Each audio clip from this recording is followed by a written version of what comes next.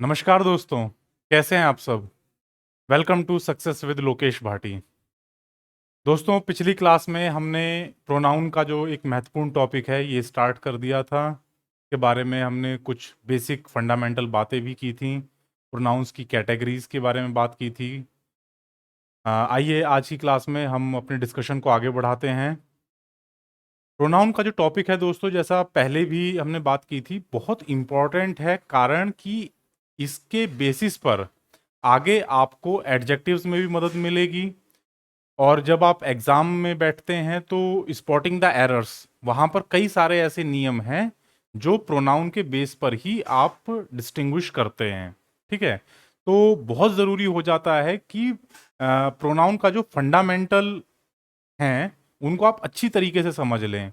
लोग कह देते हैं कि भाई प्रोनाउन छोटी सी चीज़ है, नाउन की जगह पर इस्तेमाल जो चीज़ हो जाए दैट इज़ प्रोनाउन। लेकिन कहाँ पर आपको प्रोनाउन का नॉमिनेटिव केस लेना है, कहाँ पर ऑब्जेक्टिव केस लेना है। पॉसेसिव केस अपने आप में एक अच्छा इंपॉर्टेंट टॉपिक है। तो इसको केवल ये कह देना कि ये नाउन का एक सब्स्टिट्यूट है और जी हमने पढ़ लिया कंप्लीट हो गया, नहीं। उसकी इन डेप्थ स्टडी बहुत ज़रूरी है, तभी आप इसके बेसिस पर आने वाले क्वेश्चंस को एक मेटिकुलस तरीके से, एक सिस्टमेटिक तरीके से सॉल्व कर पाएंगे। ठीक है दोस्तों, तो बहुत इंपॉर्टेंट है, छोड़ नहीं सकते आप प्रोनाउन के टॉपिक को। इन डेप्थ स्टडी ज़रूरी है, इसीलिए मैं एक दो क्लास इसके ऊपर और डिवोट करना चाह रहा हूँ। अदरवाइज ये टॉपिक मैं भी बाकी लोगों की तरह एक लेक्चर में ख़त्म कर सकता था, बट क्योंकि एग्ज़ाम में आपको रूल्स पता होने चाहिए, तभी आप एरर स्पॉट कर पाएंगे, रेक्टिफाई कर पाएंगे। तो इसीलिए एक या दो लेक्चर अभी हम इस पर और दे रहे हैं। ठीक है, चलिए क्लास शुरू करते हैं आज की।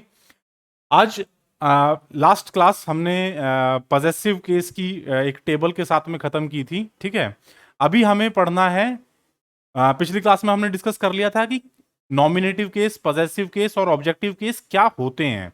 अब हम पढ़ने जा रहे हैं कि वो कहाँ कहाँ पर आपको ये तीनों केस यूज करने होते हैं। ठीक है, यूसेज कहाँ कहाँ पर है। ठीक है, तो शुरू करते हैं। पहला चीज, use of pronouns in nominative case, कि जब आपको नॉमिनेटिव केस है आपके पास, तो इसका यूज आप कहाँ कहाँ पर करते हैं। तो पहला इसमें इंपॉर्टेंट है, nominative case pronoun is used as a subject of a verb. किसी सेंटेंस में एक सब्जेक्ट होगा, भाई कुछ काम हो रहा है तो कोई ना कोई उस काम को करने वाला है, एक एजेंसी, वो कहलाती है सब्जेक्ट। अब ये सब्जेक्ट जो है ये या तो एक नाउन हो सकती है, सर अगर नाउन हुई तो फिर तो कहानी अलग हो गई। अगर काम करने वाला व्यक्ति एक प्रोनाउन है, ठीक है, अगर काम करने वाला व्यक्ति एक प्रोनाउन है, तब सर वो प्रोनाउन नॉमिनेटिव केस की भी हो सकती है, ऑब्जेक्टिव केस की भी हो सकती है, पॉजेसिव केस की भी हो सकती है। तो हमें उसमें से क्या यूज करना है। अगर किसी सेंटेंस में एक वर्ब या कोई काम आपको बताया जा रहा है कि ये काम हो रहा है और उसको करने वाला नाउन नहीं कोई प्रोनाउन है, तो फिर आपको वो प्रोनाउन किस केस की लेनी होगी, नॉमिनेटिव केस की लेनी होगी। ठीक है, जैसे ही राइट्स ए पोयम, वह एक कविता लिखता है। दे गो टू स्कूल, वो स्कूल जाते हैं। We are playing a match, हम एक मैच खेल रहे हैं। तो इन सब सेंटेंसेस में क्या है, जो प्रोनाउन है ही, दे या वी, ये सब लोग सब्जेक्ट हैं किसके लिए, अपनी अपनी रेस्पेक्टिव वर्ब्स के लिए, जो भी वो काम कर रहे हैं। भाई कविता लिखने का, स्कूल जाने का, मैच खेलने का, ये जो काम हो रहे हैं इनको ये प्रोनाउंस काम कर रही हैं, सब्जेक्ट हैं वर्ब के लिए। तो जब कोई प्रोनाउन सब्जेक्ट के लिए वर्ब है तो वो कौन से केस में आएगी, वो नॉमिनेटिव केस में आएगी। उसका आपको ऑब्जेक्टिव या पॉजेसिव केस नहीं लेना है। हिज या हिम अगर आप यहां पर लगाते हैं तो वो गलत हो जाएगा। क्यों, क्योंकि यहां पर जो प्रोनाउन है वो वर्ब के लिए सब्जेक्ट का काम कर रही है। ठीक है, क्लियर है। आइए अगली बात करते हैं।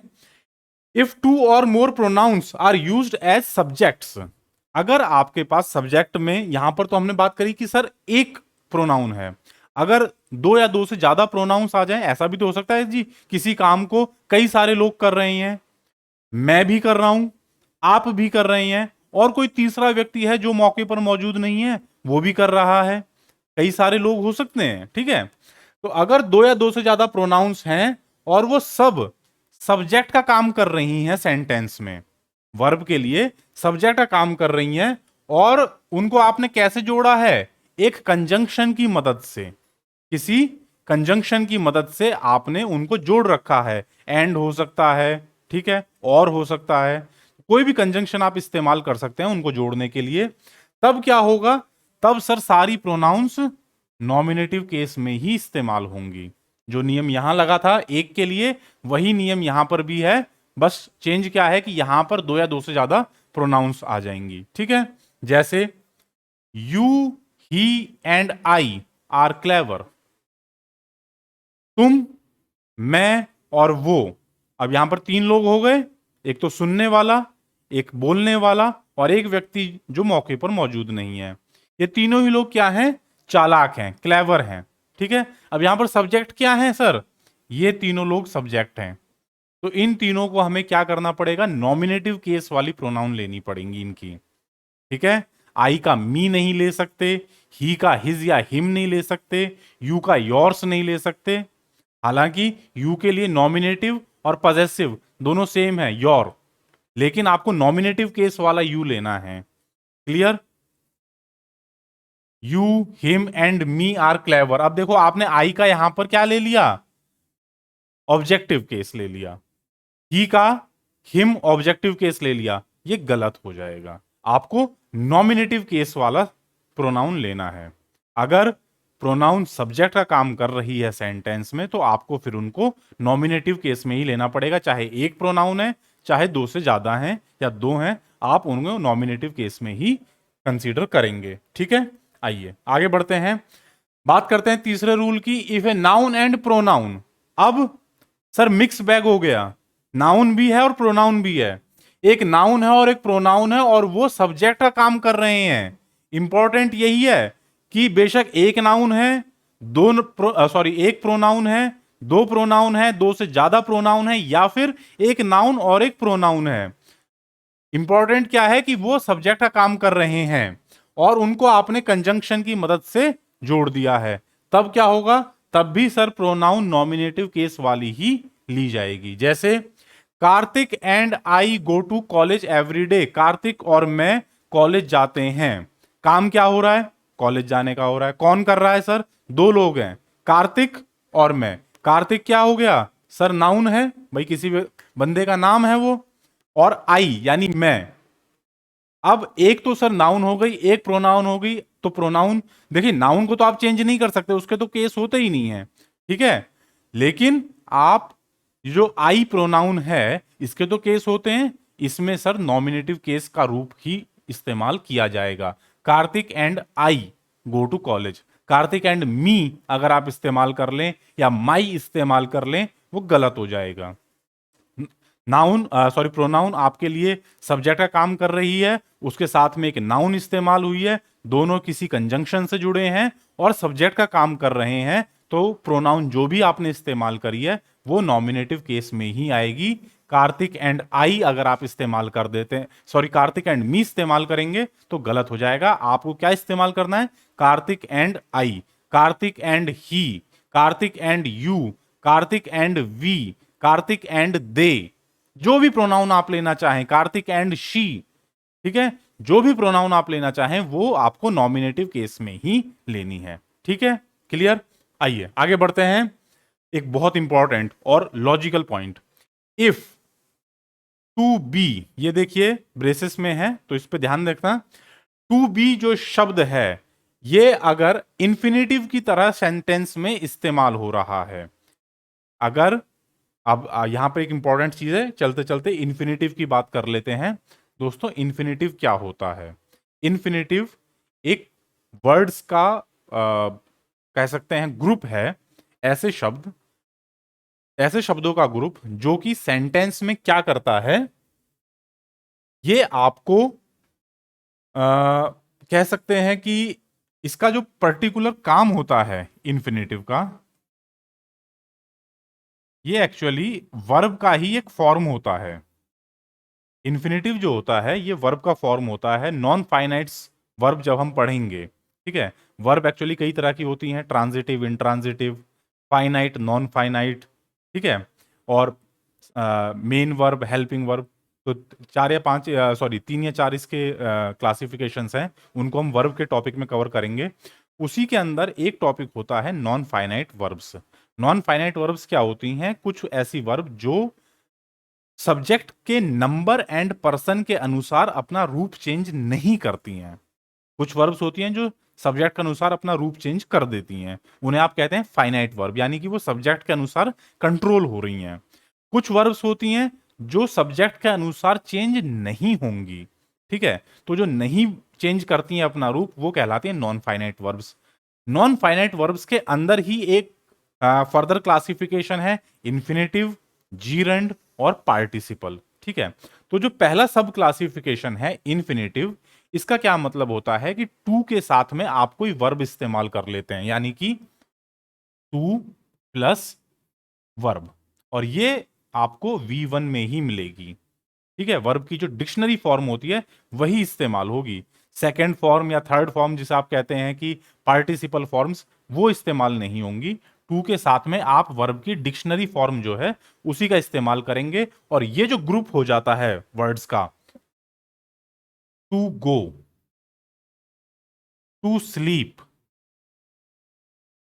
टू ईट, इस तरह से अगर आप ग्रुप बना देते हैं तो ये जो फॉर्म है ये क्या कहलाती है? इन्फिनेटिव कहलाती है, ठीक है। इसे आप क्या कहते हैं? इन्फिनेटिव। टू के साथ में आपने वर्ब की मेन फॉर्म लगा दी। अब इस इन्फिनेटिव का काम क्या होता है? सर, ये सेंटेंस में एक वर्ब का ही काम करती है, ठीक है। ये हालांकि क्या है? दो शब्दों का ग्रुप है, लेकिन इनको जब आप कंबाइन कर देंगे तो भी ये एक वर्ब का ही काम वहां पर सेंटेंस में करती है। This is called infinitive. इसके बारे में डिटेल से हम वर्ब वाले चैप्टर में पढ़ेंगे, ठीक है। अब देखिए, अगर टू बी जो शब्द है ये आपने, अब देखो यहां पर इंपॉर्टेंट क्या है? Two plus B. सर, आप तो कह रहे थे टू के साथ में वर्ब की मेन फॉर्म आनी चाहिए। बच्चों, बी जो है ये भी अपने आप में वर्ब ही है। बी जो शब्द है ये भी अपने आप में वर्ब है, और इसकी क्या क्या फॉर्म्स होती हैं? इसकी सर कई सारी फॉर्म्स होती हैं। Is, am, are, was, were, have been, has been, ये सभी बी के ही फॉर्म्स हैं, ठीक है।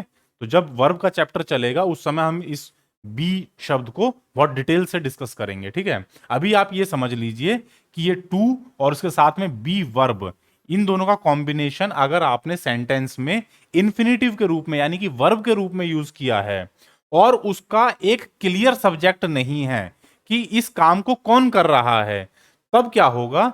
तब ये जो प्रोनाउन सेंटेंस में इस्तेमाल होगी, कोई भी प्रोनाउन जो आ रही होगी, वो कैसी इस्तेमाल होगी? वो नॉमिनेटिव केस की प्रोनाउन इस्तेमाल होगी। एग्जाम्पल के जरिए बात करते हैं।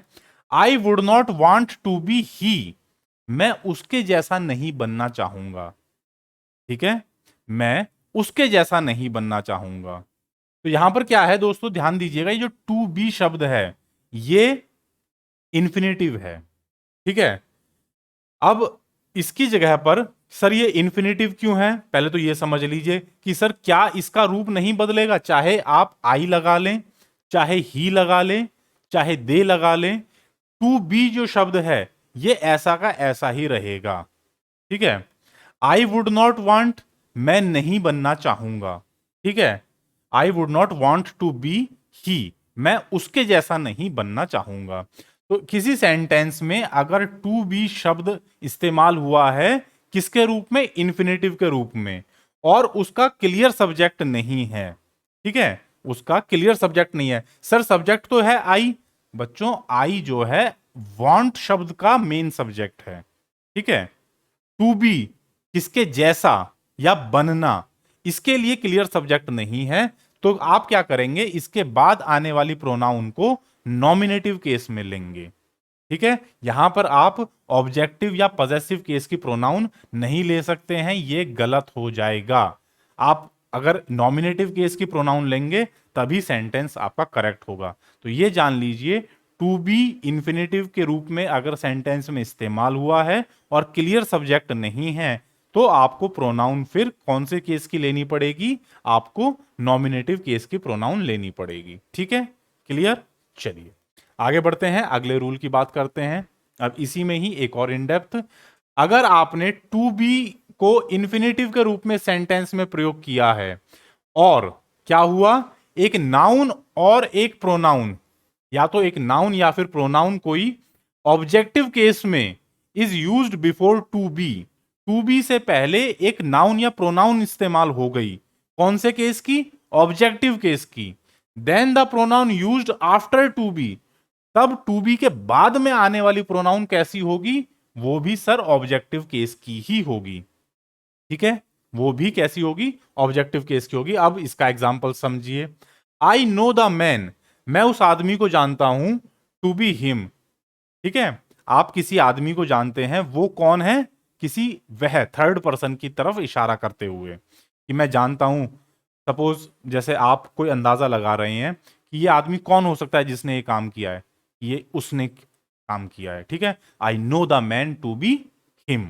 अब देखिए यहां पर ये जो दी मैन है, ये क्या है, एक नाउन है सर, कॉमन नाउन, ये तो आप जानते हैं, पढ़ चुके हैं।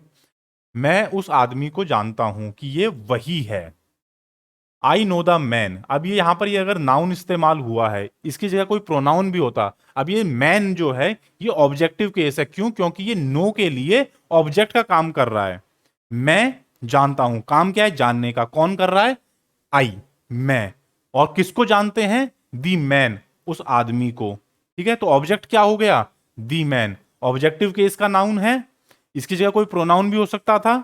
ठीक है, अब टू बी तो हो गया इन्फिनेटिव, टू बी से पहले एक नाउन या प्रोनाउन इस्तेमाल हुई है, कौन से केस की, ऑब्जेक्टिव केस की, तो फिर टू बी के बाद में आने वाला प्रोनाउन ऑब्जेक्टिव केस का ही लेना पड़ेगा, उसे फिर आप नॉमिनेटिव केस का नहीं ले सकते। ठीक है, क्लियर हो गया रूल। अगर टू बी इंफिनिटिव के रूप में यूज हुआ, उससे पहले कोई नाउन या प्रोनाउन ऑब्जेक्टिव केस में लग गई, तो टू बी के बाद में आने वाली प्रोनाउन भी ऑब्जेक्टिव केस की रहेगी, उसे नॉमिनेटिव केस मत कर देना, गलत हो जाएगा। ठीक है, क्लियर। इसीलिए इस वीडियो के लिए मैंने आपसे यह कहा है कि ये सारी बातें आपको कहीं पर भी सिखाई नहीं जाएंगी। ये लोग छोड़ देते हैं कि यार इतना इन डेप्थ में कौन बताए, इसके लिए आपको पर्टिकुलर एग्जांपल्स ढूंढने पड़ते हैं, और लोग जो है इन्हें स्किप कर जाते हैं। चलिए आगे बात करते हैं। नेक्स्ट, इफ ए नाउन और pronoun in nominative case is used before be, यानी कि बी, फिर से वेरी इंपॉर्टेंट वर्ब, बी के अलग अलग रूप हैं, वही is, am, are, was, were, has been, have been, इन सारे रूप से पहले अगर कोई नाउन या प्रोनाउन नॉमिनेटिव केस की इस्तेमाल हुई है, तो बी के बाद में आने वाली प्रोनाउन भी नॉमिनेटिव केस में ही इस्तेमाल की जाएगी। जैसे इट इज आई, आप किसी के घर गए, आपने बेल बजाई, अंदर से आवाज आई कौन है, हु इज इट। ठीक है, कौन आया है, आप क्या जवाब देंगे, मैं हूं। अब इंग्लिश में सेंटेंस को क्या कहा जाएगा, इट इज आई, यानी कि बेल बजाने वाला। इट जो है, देखो दोस्तों, इंट्रोडक्टरी सब्जेक्ट होता है, जहां पर क्लियर कट सब्जेक्ट ना हो वहां पर इट का इस्तेमाल कर देते हैं। तो अंदर वाले व्यक्ति ने पूछा कौन है, आपने जवाब दिया मैं हूं। इंग्लिश की बात करें तो हु इज इट, तो आप बोलेंगे it is I, it is me नहीं कहेंगे। क्यों, क्योंकि इट यहां पर सर नॉमिनेटिव केस में इस्तेमाल हुआ है, बीच में बी की फॉर्म इस्तेमाल हुई है, बी की तो फॉर्म है is, am, are, was, were, has been, have been, ये सब बी के रूप हैं। तो बी या फिर इसका कोई भी रूप अगर सेंटेंस में इस्तेमाल हुआ है और उससे पहले वाली प्रोनाउन नॉमिनेटिव केस की है, नॉमिनेटिव केस की है, तो इसके बाद में लगने वाली दूसरी प्रोनाउन भी कौन से केस की होगी, नॉमिनेटिव केस की इस्तेमाल की जाएगी। उसे आप ऑब्जेक्टिव केस या पॉजेसिव केस मी या माई नहीं इस्तेमाल कर सकते, नॉमिनेटिव केस ही लेना पड़ेगा, इट इज आई। ठीक है, क्लियर। तो आगे से किसी के घर जाओ और इंग्लिश में बोलना पड़े तो इस बात का, नियम का ध्यान रखिएगा। ठीक है, चलिए आगे बढ़ते हैं। अगला रूल हमारे लिए, इफ बी, फिर से बी का कोई भी रूप is, am, are, was, were are followed by who, which, that plus clause, very important. ये क्या चीज है, ये सर रिलेटिव प्रोनाउन है। अगर बी के किसी भी रूप के बाद में आपको हु, विच, दैट उसके साथ में कोई क्लॉज मिलता है, देन द रिलेटिव प्रोनाउन यानी कि हु, विच, दैट जो रिलेटिव प्रोनाउन है will follow A pronoun in nominative case. वहां पर आप क्या करेंगे कि हु, विच या दैट के बाद में आने वाली प्रोनाउन को कौन से मतलब हु, विच या दैट से पहले जो प्रोनाउन आ रही है वो कौन से केस की होनी चाहिए, वो सर नॉमिनेटिव केस की होनी चाहिए। अब समझिए यहां पर सर क्या कहना चाह रहा है। It is I who have helped you, जिसने आपकी मदद करी, यानी कि मदद करने वाला कौन व्यक्ति है, मैं।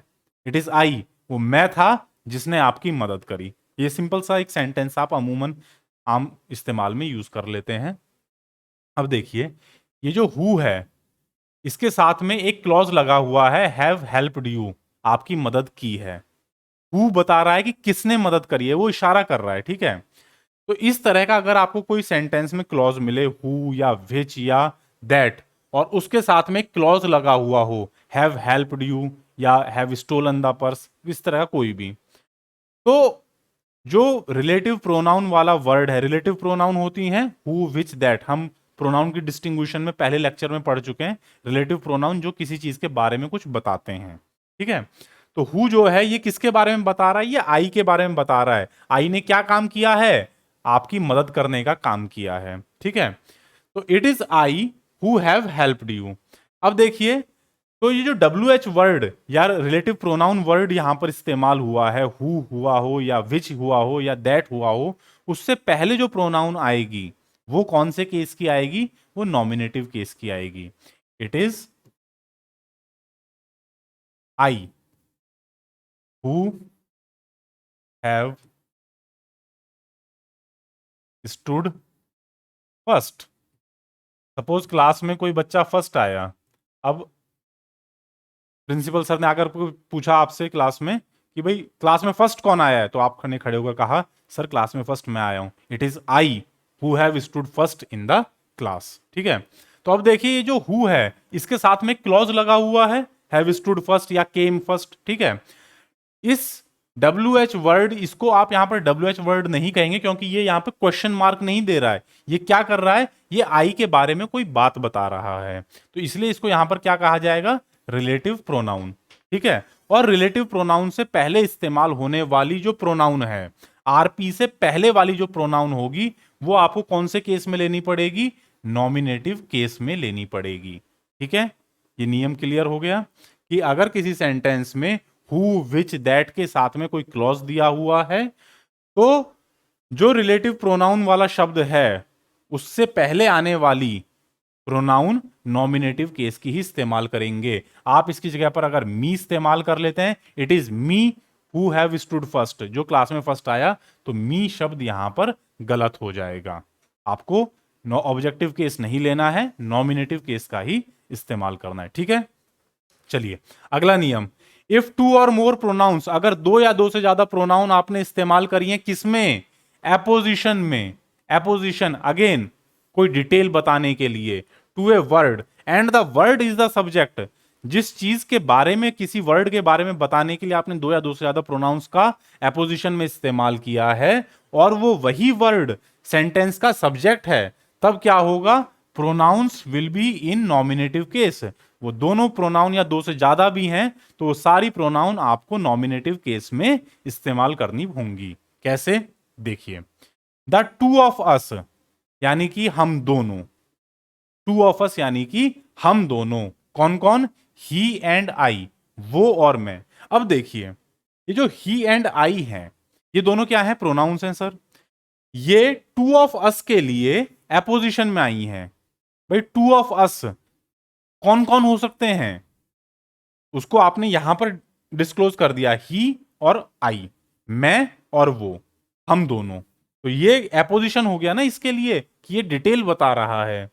और ये जो टू ऑफ अस है ये सेंटेंस में क्या काम कर रहा है, did not agree to the proposal, यानी कि कोई प्रस्ताव रखा गया उससे एग्री नहीं थे, तो ये इसने क्या काम किया, टू ऑफ अस जो है ये सेंटेंस के लिए सब्जेक्ट का काम कर रहा है, ठीक है। सब्जेक्ट का काम कर रहा है और उसके लिए आपने एपोजिशन में दो या दो से ज्यादा प्रोनाउंस का इस्तेमाल किया, तो एपोजिशन में आने वाली प्रोनाउंस नॉमिनेटिव केस में ही इस्तेमाल करी जाएंगी, ऑब्जेक्टिव या पॉजेसिव नहीं बना सकते। ही की जगह पर आप हिम ले लेते या हिज ले लेते, आई की जगह पर मी ले लेते या माई ले लेते, वो गलत हो जाती। आपको ही का इस्तेमाल करना पड़ेगा और आई का इस्तेमाल करना पड़ेगा, ठीक है। नॉमिनेटिव केस में ही आप प्रोनाउन यूज करोगे अगर वो प्रोनाउंस एपोजिशन में इस्तेमाल हुई है। किसके लिए? एक ऐसे शब्द के लिए जो कि सेंटेंस में सब्जेक्ट है, ठीक है। क्लियर? चलिए आइए आगे बात करते हैं use of pronouns in objective case. Sorry, ये अब हमारी अगले टॉपिक की हेडिंग यही इसी स्लाइड में आ गई। Use of pronouns in objective case. अब तक हमने बात करी थी कि आप प्रोनाउंस को नॉमिनेटिव केस में कहां कहां पर इस्तेमाल करेंगे। अब ये समझिए कि ऑब्जेक्टिव केस में कौन कौन सी जगह इस्तेमाल करनी है प्रोनाउंस, ठीक है। तो इसमें हमारे पास पहला नियम, a pronoun used as object to the verb, कि अगर कोई प्रोनाउन किसी वर्ब के लिए ऑब्जेक्ट का काम कर रही है सेंटेंस में, तो उसे आप ऑब्जेक्टिव केस में यूज करेंगे, ठीक है। जैसे नॉमिनेटिव केस का पहला नियम था कि प्रोनाउन अगर सब्जेक्ट का काम कर रही है तो नॉमिनेटिव केस में लेंगे। अब प्रोनाउन अगर वर्ब के लिए ऑब्जेक्ट का काम कर रही है तो उसे आप ऑब्जेक्टिव केस में इस्तेमाल करेंगे। जैसे माई grandfather told me a story, मेरे दादाजी ने मुझे एक कहानी सुनाई। काम क्या हुआ? कहानी सुनाने का। किसने सुनाई? दादाजी ने सुनाई। किसको सुनाई? मुझे सुनाई। तो काम किसके ऊपर हुआ है सुनाने का? मेरे ऊपर, आई के ऊपर, ठीक है। अब दोस्तों, आई आपने कह तो दिया, लेकिन यहां पर इस्तेमाल क्या होगा? आई का नॉमिनेटिव रूप आई नहीं, आई का ऑब्जेक्टिव रूप me. My grandfather told me a story, ठीक है। ये जो आई प्रोनाउन है, ये अगर सेंटेंस में सब्जेक्ट होती तो नॉमिनेटिव केस आई लगता। अब क्योंकि यहां पर ये ऑब्जेक्ट है, एक्शन के लिए ऑब्जेक्ट का काम कर रही है, दादाजी ने मुझे कहानी सुनाई, तो मैं क्या हो गया? ऑब्जेक्ट हो गया। मेरे ऊपर एक्शन हुआ है ना भाई, कहानी सुनाने का काम किसके ऊपर हुआ? मेरे ऊपर। तो इसीलिए इसको आप ऑब्जेक्टिव केस में यानी कि मी इस्तेमाल करेंगे, ठीक है। अगर प्रोनाउन ऑब्जेक्ट का काम कर रही है सेंटेंस में तो उसे आपको ऑब्जेक्टिव केस में ही लेना पड़ेगा। अगर आपने आई या माई पॉजेसिव या नॉमिनेटिव केस ले लिया तो वो गलत हो जाएगा, ठीक है। क्लियर? चलिए आगे बढ़ते हैं। If two or more pronouns are used as objects of a verb. अब बात हो रही थी कि सर अगर एक ही प्रोनाउन है ऑब्जेक्ट के रूप में। अब दूसरा नियम कि अगर दो या दो से ज्यादा प्रोनाउंस हैं सर, और वो भी सारी की सारी प्रोनाउंस सेंटेंस में ऑब्जेक्ट का काम कर रही हैं वर्ब के लिए, और उन्हें आपने कंजंक्शन से, किसी भी कंजंक्शन से जोड़ रखा है, तब भी वो सारी प्रोनाउंस कौन से केस में इस्तेमाल होंगी? ऑब्जेक्टिव केस में ही इस्तेमाल होंगी, ठीक है। जैसे the teacher gave him and me a prize, अध्यापक ने उसे और मुझे एक प्राइज दिया। काम क्या हुआ? प्राइज देने का। किसने किया? अध्यापक ने या मास्टर जी ने। किसको दिया प्राइज? उसे और मुझे, यानी दो लोगों के ऊपर एक्शन हुआ है, दोनों ही क्या हैं? ऑब्जेक्ट हैं। तो केस कौन सा इस्तेमाल करेंगे? Objective case. Him and me, ही कर दिया या हिज कर दिया, आई कर दिया या माई कर दिया, तो ये गलत हो जाएगा। हिम ऑब्जेक्टिव केस वो सही है, और आई का ऑब्जेक्टिव केस मी वो सही है, ठीक है। तो दो या दो से ज्यादा प्रोनाउंस सेंटेंस में ऑब्जेक्ट का काम कर रही हैं और आपने उन्हें कंजंक्शन से जोड़ दिया है, तो आप उन प्रोनाउंस का ऑब्जेक्टिव रूप ही इस्तेमाल करेंगे, ठीक है। चलिए आगे बढ़ते हैं। तीसरा नियम, if a noun and pronoun, अगर सेंटेंस में एक नाउन और एक प्रोनाउन, ये दोनों वर्ब के लिए ऑब्जेक्ट का काम कर रही हैं और इन्हें आपने कंजंक्शन से जोड़ दिया है, तो भी वो प्रोनाउन कौन से केस की होगी? ऑब्जेक्टिव केस की होगी। जैसे her mother invited Raman and me to lunch, किसी लड़की की माताजी ने रमन को और मुझे डिनर के लिए बुलाया, भोजन के लिए बुलाया। अब काम क्या हुआ है? भोजन के लिए बुलाना, इनवाइट करना। किसने किया है? हर मदर, तो ये हो गया सब्जेक्ट। किसको बुलाया? रमन को और मुझे, तो रमन तो हो गए क्या हो गए? नाउन। कौन से वाले? अब ये आप सोच करके अपने आप आंसर दीजिएगा, ठीक है। रमन एंड मी, रमन हो गया नाउन, मी हो गया प्रोनाउन, ठीक है, मुझे। तो अगर दो चीजें, एक नाउन और एक प्रोनाउन, कंजंक्शन से जुड़ी हुई हैं और सेंटेंस में क्या काम कर रही हैं? ऑब्जेक्ट का काम कर रही हैं, तो प्रोनाउन ऑब्जेक्टिव केस की इस्तेमाल होगी। यहां पर आई अगर आप इस्तेमाल कर देते हैं तो वो गलत हो जाएगा। आपको इसका ऑब्जेक्टिव केस मी इस्तेमाल करना चाहिए, वही करेक्ट है, ठीक है। क्लियर है मेरी बात? चलिए आगे बढ़ते हैं। अब बात आती है, हमने नॉमिनेटिव केस की कर ली, ऑब्जेक्टिव केस की कर ली, अब हमें पढ़ना है कि पजेसिव केस वाली प्रोनाउंस आप कहां कहां पर इस्तेमाल करते हैं। नाउन के चैप्टर में मैं आपको बता चुका था कि पजेसिव के लिए हम डिटेल से प्रोनाउन वाले चैप्टर में पढ़ेंगे। तो कुछ हमने पिछले क्लास में पजेसिव के बारे में होता क्या है, मतलब पजेसिव केस की प्रोनाउन होती क्या है, वो पढ़ लिया था। अब पजेसिव केस की प्रोनाउन आपको यूज कहां कहां पर करनी है वो पढ़ना है। तो पहले तो एक बार रिवाइज कर लीजिए कि नॉमिनेटिव केस आई, इसका पजेसिव एडजेक्टिव जो बनेगा, अब हम ऑब्जेक्टिव की बात तो करेंगे ही नहीं, ऑब्जेक्टिव हमने पढ़ लिया। आई जो प्रोनाउन है इसके लिए पजेसिव एडजेक्टिव क्या होगा? माई। और पजेसिव प्रोनाउन क्या होगा? माइन, मेरा, ठीक है। पजेसिव प्रोनाउन क्या होगा इसके लिए? माइन, मेरा, ठीक है। इसी तरीके से वी के लिए पजेसिव एडजेक्टिव अवर और पजेसिव प्रोनाउन आर्स, ठीक है। यू के लिए पजेसिव एडजेक्टिव योर और पजेसिव प्रोनाउन योर्स, ठीक है। आइए आगे बढ़ते हैं, नियमों की बात कर लेते हैं। पहला नियम, possessive pronouns are not used before a noun. अगर आपके पास कोई नाउन है तो उससे पहले आप पजेसिव प्रोनाउन नहीं इस्तेमाल करेंगे। क्यों? क्योंकि सर नाउन से पहले पजेसिव एडजेक्टिव इस्तेमाल होगा, ठीक है। जैसे hours college was closed yesterday, हमारा कॉलेज कल बंद था। अब ये कॉलेज है, ये नाउन है, ठीक है। नाउन से पहले आप पजेसिव प्रोनाउन इस्तेमाल नहीं करेंगे। क्या इस्तेमाल करेंगे? Possessive adjective. तो अगर आप कहें कि our college was closed yesterday, तो ये तो ठीक है। क्यों? क्योंकि सर आवर तो हो गया पजेसिव एडजेक्टिव और कॉलेज हो गया सर नाउन। तो नाउन से पहले पजेसिव एडजेक्टिव करना ठीक है, लेकिन नाउन से पहले अगर आप पजेसिव प्रोनाउन इस्तेमाल करते हैं, पजेसिव प्रोनाउन, तो ये गलत हो जाएगा। भाई एक चीज समझ लीजिए कि प्रोनाउन तो इस्तेमाल ही आपको वहां करनी है जहां पर वो नाउन नहीं दी गई है।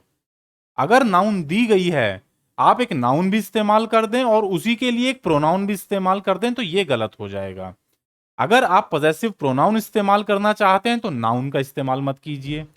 अगर आप नाउन इस्तेमाल करना चाहते हैं कि नहीं सर मैं तो नाउन का इस्तेमाल जरूर करूंगा, तो उसके साथ में फिर पजेसिव एडजेक्टिव लगाइए, ठीक है। क्लियर? तो इसीलिए ये जो सेंटेंस है आवर्स कॉलेज, आवर्स कॉलेज गलत हो जाएगा। क्यों? क्योंकि आवर्स जो है ये पजेसिव प्रोनाउन है। आवर्स अगर आपको इस्तेमाल करना है तो फिर कॉलेज इस्तेमाल मत करिए। और अगर कॉलेज नाउन यूज करनी ही है तो उसके साथ में पजेसिव एडजेक्टिव लगाइए, our college, my college, his college, ठीक है। ये इस्तेमाल मत कीजिएगा कि जी आपने पजेसिव प्रोनाउन भी लगा दिया और उसके साथ में नाउन भी लगा रहे हो, वो गलत हो जाएगा, ठीक है। दूसरा नियम, possessive pronouns are used without a noun. यही बात कि अगर आप पजेसिव प्रोनाउन का इस्तेमाल कर रहे हो तो नाउन इस्तेमाल मत कीजिए। Ours is a great country, कि हमारा एक महान देश है। अगर आप ये कहना चाहते हैं कि जी अवर इज ए ग्रेट कंट्री, तो वो गलत हो जाएगा। अवर क्यों गलत? अवर के साथ में आपको प्रोनाउन लेनी पड़ेगी। Our country is a great country. Our जो है पजेसिव एडजेक्टिव है, तो एडजेक्टिव के साथ में तो सर नाउन लेनी पड़ेगी। Our country, our home, our village, our state, ठीक है।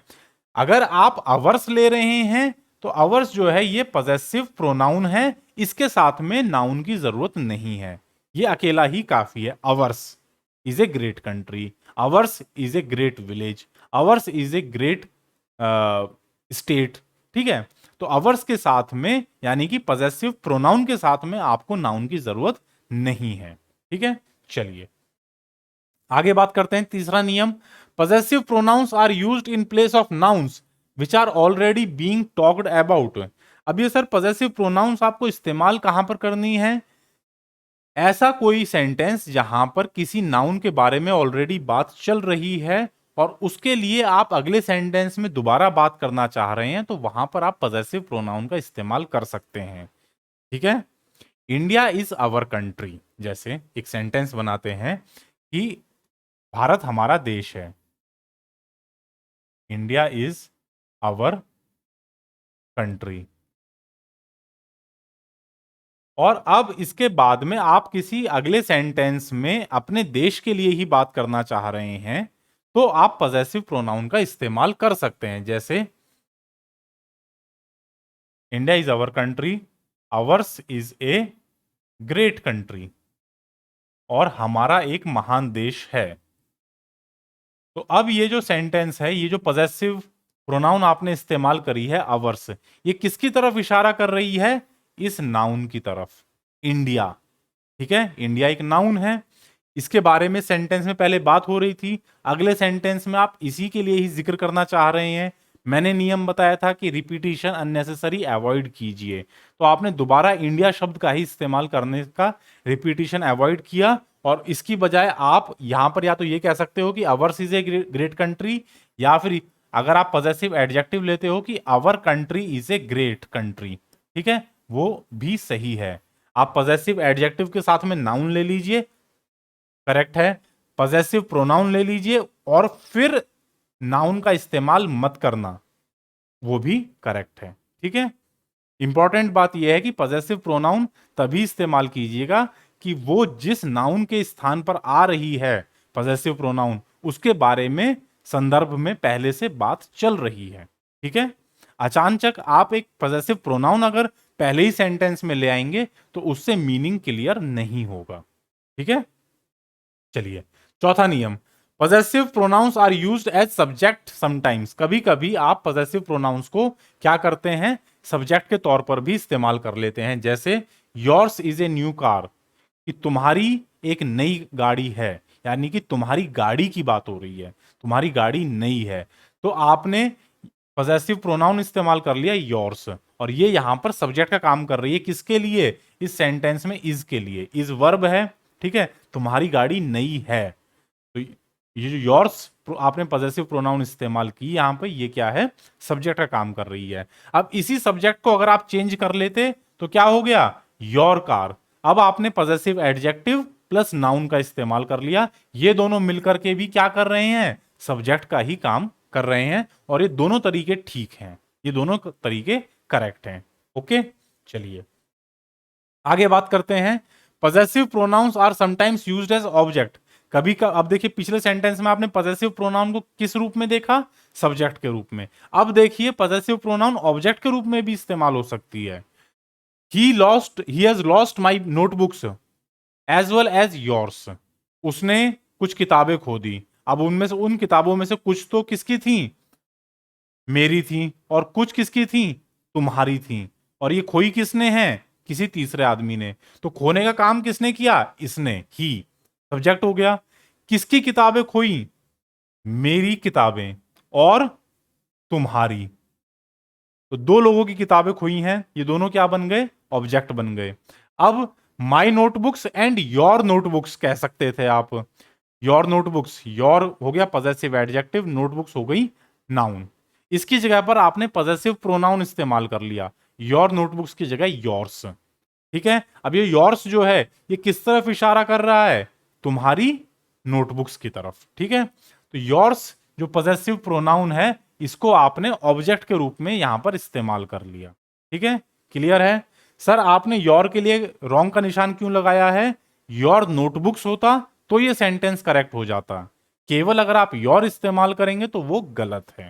ठीक है, आपको पॉजेसिव प्रोनाउन का इस्तेमाल करना होगा यहां पे। ठीक, चलिए आगे बात करते हैं। Possessive pronouns are sometimes used as object for a preposition.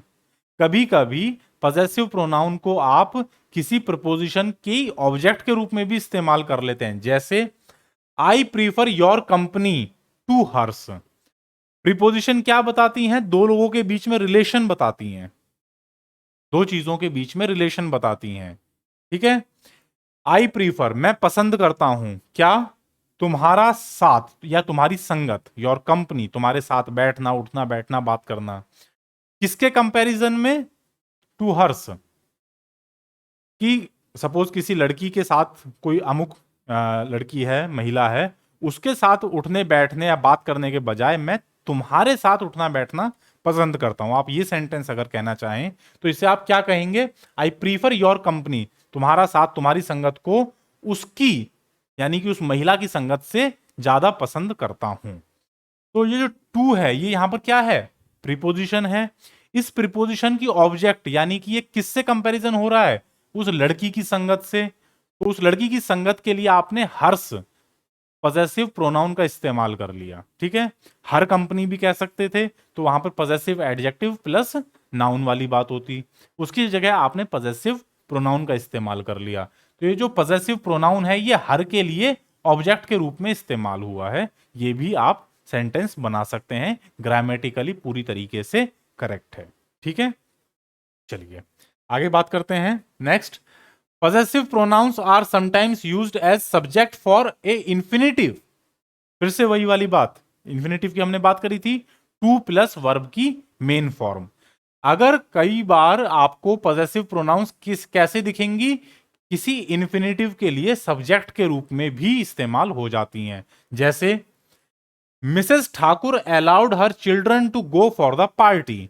Mrs Thakur यानी कि श्रीमती ठाकुर ने अपने बच्चों को पार्टी में जाने की अनुमति दे दी।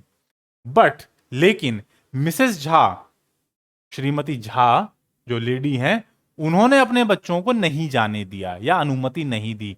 तो did not allow her children कह सकते थे या हर्स भी कह सकते थे। अब देखिए ये जो टू गो है ये क्या है? ये इंफिनिटिव है सर। क्यों? क्योंकि टू के साथ में वर्ब की मेन फॉर्म V1 फॉर्म का इस्तेमाल किया आपने, तो ये क्या बन गया सर? ये इंफिनिटिव बन गया। ठीक है, ये क्या बन गया सर? ये इंफिनिटिव बन गया। अगर कोई पॉजेसिव अगर कोई प्रोनाउन इंफिनिटिव के लिए सब्जेक्ट का काम कर रही है, अब देखिए किसको जाने की परमिशन? टू गो, किसको जाने दिया जाना था? मिसेस झा अपने बच्चों को जाने देती, लेकिन उन्होंने उनको जाने की परमिशन नहीं दी। तो टू गो के लिए उसके बच्चे सब्जेक्ट का काम कर रहे हैं। जाना किसको था? बच्चों को। किसके बच्चे? मिसेस झा के बच्चे। मिसेस ठाकुर वाली बात को तो छोड़ ही दो, मिसेस ठाकुर ने अपने बच्चों को जाने की इजाजत दे दी, वो अलग बात है। मिसेस झा ने अपने बच्चों को जाने की इजाजत नहीं दी। तो टू गो जो इंफिनिटिव है इसके लिए सब्जेक्ट क्या है? मिसेस झा के बच्चे। तो उसके लिए आपने हर्ष इस्तेमाल कर लिया। हर चिल्ड्रन कह लेते या हर्ष इस्तेमाल कर सकते हो। ये जो हर्ष वर्ड है ये पॉजेसिव प्रोनाउन है और क्या काम कर रहा है? टू गो के लिए सब्जेक्ट का काम कर रहा है। ठीक है, तो अगर आप किसी सेंटेंस में इंफिनिटिव का इस्तेमाल कर रहे हैं तो आप वहां पर पॉजेसिव प्रोनाउन को इंफिनिटिव के लिए सब्जेक्ट के रूप में भी इस्तेमाल कर सकते हैं। ये ग्रामेटिकली बिल्कुल करेक्ट है। हाँ, हर्ष की जगह पर आप हर नहीं इस्तेमाल कर सकते थे। हर क्या हो जाएगा?